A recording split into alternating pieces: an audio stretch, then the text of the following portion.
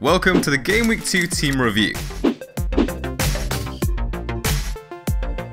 Ben Foster provided some much needed points with his second consecutive clean sheet of the season, as West Brom secured a 1-0 away win over Burnley. In defence, Southampton were unable to keep out West Ham, with Chicharito pouncing on Fraser Forster's initial save to get the Hammers their first goal in a game that finished 3-2 to Saints. So just 1 point each in the end from Jack Stephens and Ryan Bertrand.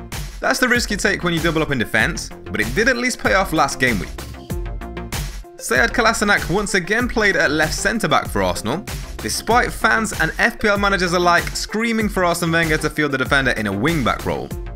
Jesse Rodriguez marked his Stoke debut with the only goal in the game, to see Arsenal lose their clean sheet. The midfield is looking in much need of changes, after another poor showing.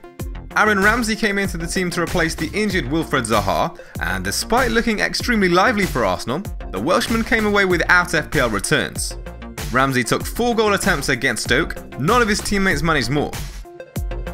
There was also some misfortune with Willian's FPL performance in Game Week 2.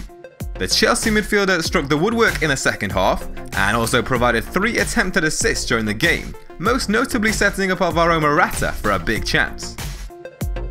James Ward-Prowse was surprisingly dropped to the bench to accommodate new signing Mario Lemina.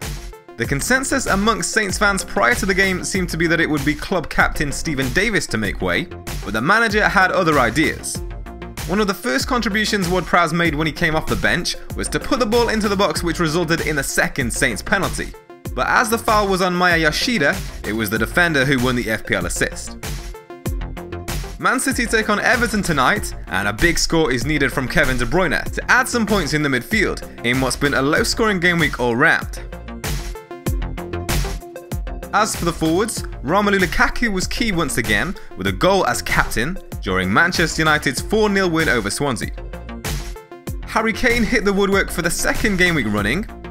Despite failing to score, the Spurs striker has taken 14 goal attempts so far this season, which is more than any other player in the league. He's also hit the target with 4 shots and provided 4 attempted assists. No other forward in the league has managed more on either account. So if you also have the Spurs striker, be assured that the goals are coming. A striker of his quality won't continue to get that level of chances without putting one away.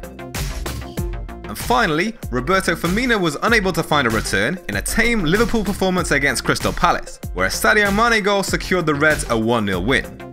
The Brazilian did however produce 5 goal attempts during the game, with 2 hitting the target.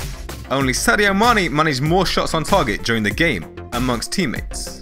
Firmino also produced 2 attempted assists against Crystal Palace, only Andrew Robertson could manage more. So once again it was a case of a player putting in a good performance without returning FPL points, and that's been the story of this game week unfortunately.